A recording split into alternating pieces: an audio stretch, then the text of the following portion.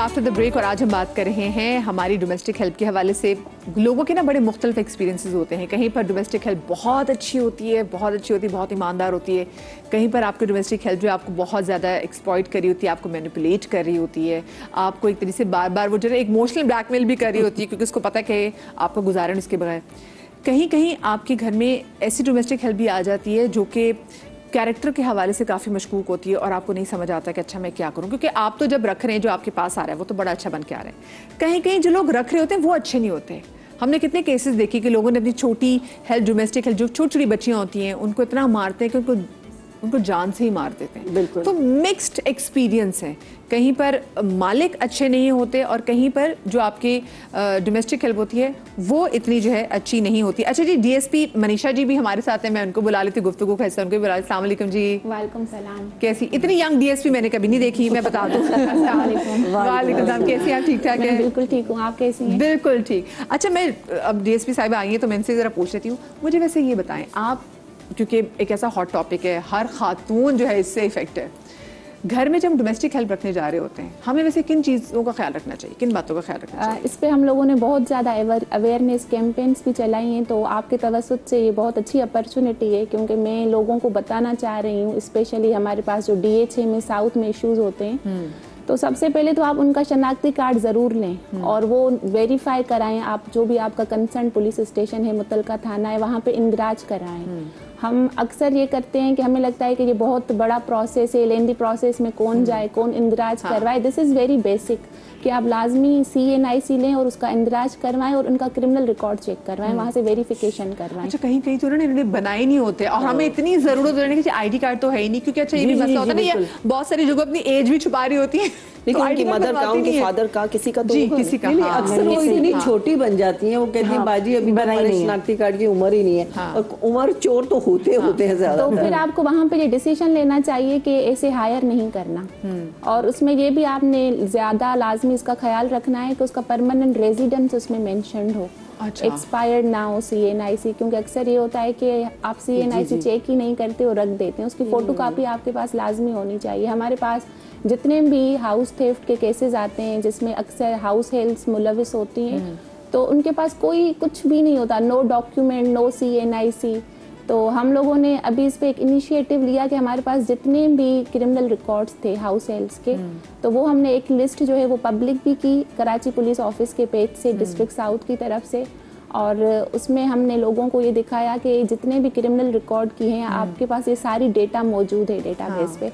और दूसरा सबसे, क्योंकि आजकल सोशल मीडिया का दौर है, आपके पास ऑनलाइन एप्स हैं, तस्दीक पाकिस्तान ऐप जो है वो अवेलेबल है, आप खुद भी वहाँ पे वेरीफाई करवा सकती हैं। हाँ ठीक है, उसका ID कार्ड नंबर वहाँ पे डाल दें, आपको क्रिमिनल रिकॉर्ड पता चल जाएगा। समटाइम ऐसा होता है वो इस जिला की नहीं होती। हाउस हेल्पर आपको जितने भी मिलते हैं, ज्यादातर आपको मिलते हैं आपके क्या कहते हैं, या सराय की बेल्ट से आए होते हैं, सराय की बेल्ट से बिल्कुल, या सिंध का मिलेगा, या इंटीरियर पंजाब का मिलेगा, या इंटीरियर सिंध का, तो या तो ये चीजें होती हैं। तो उनको तो फिर हम किस तरह पुलिस स्टेशन से उनको वेरीफाई करवा दें, क्योंकि हमारे पास वो रिसोर्सेज हैं जो हम पंजाब से, KPK से, बलूचिस्तान से, हम कहीं से भी उनकी वेरिफिकेशन करवा सकते हैं। खवातीन की नफ्सियात समझे, जहाँ पे हम खवातीन को बोलें कि भाई वो कहे इतनी अच्छी और मासी मेरे हाथ लगी, अगर मैं इसको पुलिस स्टेशन से वेरीफाई करने तो भाग जाएगी, मेरे तो मुझे तो जरूरत है बर्तन पड़े धोने वाले, मैं क्या, तो खवातीन ये भी करती हैं। ये तो देखें, आप प्लीज बोलें। मैं एक चीज इसमें अल्लाह मेरे ऐसी DSP नहीं देखी। अच्छा, इसमें मैं एक चीज और ऐड करना चाहूंगी। अक्सर खवातीन कहती हैं वो मेरी बड़ी भरोसामंद है, शी इज ट्रस्टवर्दी, वो तो 10 सालों से मेरे पास काम कर रही थी, वो तो 12 साल से मेरे पास काम कर रही थी। ये इस चीज की जमानत नहीं है कि वो आपके घर में चोरी नहीं करेगी। हमारे पास एक केस हुआ था दरख्शा में, वहाँ पे क्योंकि वो सीनियर सिटीजन्स थे, दोनों पेरेंट्स जो मतलब वो लड़की के वो खुद USA में थी, तो उनकी बड़ी भरोसामंद थी, 12 साल से उनके घर में काम कर रही थी।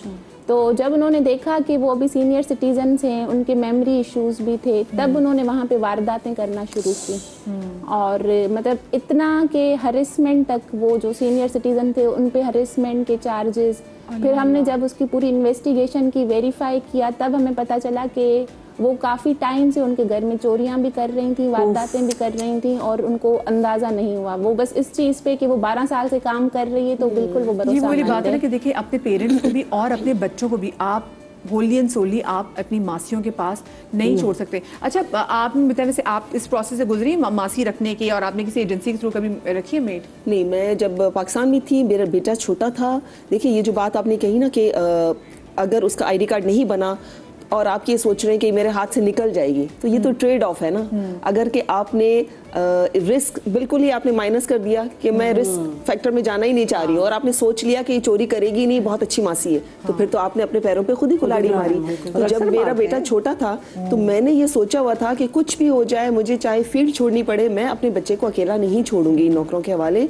और मैं कभी ड्राइवर के हाथों अकेला नहीं छोड़ती थी। बहुत बच्चे अब्यूज होते हैं ड्राइवरों के हाथों के साथ, ड्राइवर्स की बात भी करना यहाँ पे जरूरी है, ठीक है, क्योंकि डोमेस्टिक हेल्प में तो फिर सब चीजें आ जाती हैं ना आपके साथ। और जो चौकीदार होते हैं, जो आपके वॉचमैन होते हैं, जो सिक्योरिटी पे के गार्ड होते हैं, वो भी जो है ना, वो घर का बेदी जो रंग का ढाई होता है ना, वो नॉर्मली इसी तरह से होते हैं कि आपका पहले ट्रस्ट वो करते हैं, और उसके बाद सोचते हैं कि अब इनको ट्रस्ट आ गया है, अब तो ये बिल्कुल ब्लाइंड हम पे वो कर रहे हैं और हम पे बिल्कुल डिपेंडेंट है। तो इसमें आपको थोड़ा सा ना अकल से थोड़ा काम करना चाहिए आपको। जैसे मैं अपने बेटे को बिल्कुल नहीं छोड़ती थी। लकीली मेरी अम्मी जो हैं वो मेरे लिए बहुत बड़ी हेल्प होती थी कि वो मेरे घर में होती थी, अम्मी के पास में छोड़ के जाती थी। कहीं मैं रात को कहीं पार्टी में जाना अपने हस्बैंड के साथ, कहीं घूमने जाना, तब भी मैं अपनी अम्मी के पास छोड़ती थी। लेकिन बहुत सारे ऐसे लोग होते हैं जिनके पास हेल्प नहीं होती है। जैसे अब देखिए है या मेरी भी बेटी, अब एक बेटी मेरे साथ रहती है, तो वो मुझे हमेशा यही कहती